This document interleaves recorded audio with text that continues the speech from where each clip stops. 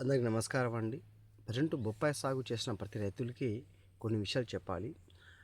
ఎండ సీజన్ మనకు వచ్చింది, అంటే సమ్మర్ సీజన్ వచ్చింది కాబట్టి వాటర్ అనేది ఎక్కువగా ఇవ్వండి.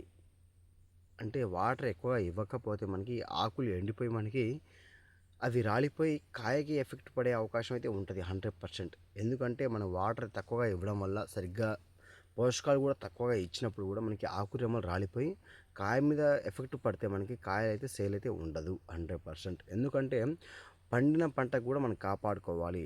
అది కూడా మెయిన్ ఇంపార్టెంట్గా చెప్తున్నాను.